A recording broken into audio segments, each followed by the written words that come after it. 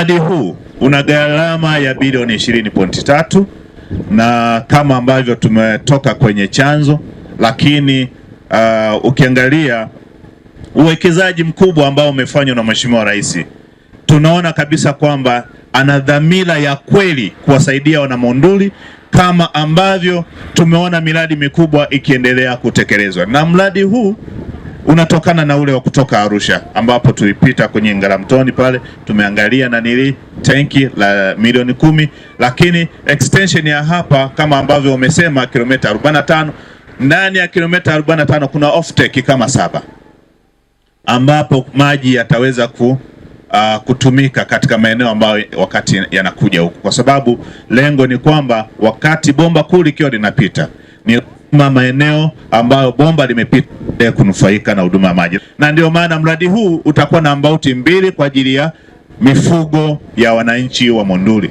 Hayo ni maelekezo ya Daktari Samia Suluhu Hassan na sisi tunaendelea kuyatekeleza. Mradi huu mpaka sasa serikali imeshamlipa bilioni 2.8.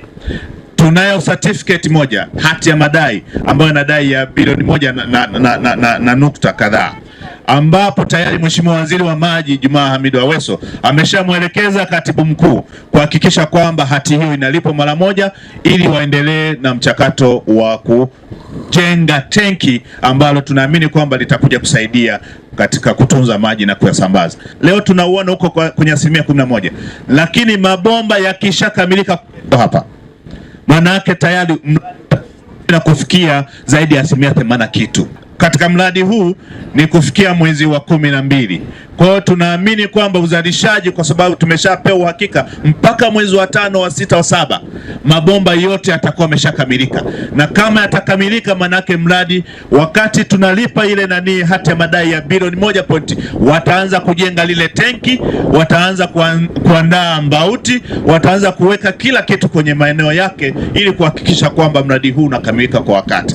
Mheshimiwa Mwenyekiti, tutaendelea kupokea maelekezo ya kamati, lakini pia tutaendelea kufanyia kazi changamoto chache. Na sisi kama wananchi wa wilaya ya Monduli tuna imani kubwa na kamati yako hii, na tunasema kwamba tunashukuru sana kwa yote ambayo mmeyasema, na tuahidi tuko tayari kupokea mradi huu. Kama nilivyosema awali, wananchi wa wilaya ya Monduli pamoja na mifugo yetu tuna imani kubwa na serikali yetu inayoongozwa na Daktari Samia Suluhu Hassan. Tunawakaribisheni tena katika wilaya yetu ya Monduli, kwani tunajua mkoa wetu ni mkoa wa utalii, ikiwemo wilaya ya Monduli tunavyo vivutio vingi. Tunayo Manyara National Park, tuna Rendland, tuna Makuyuni Wildlife,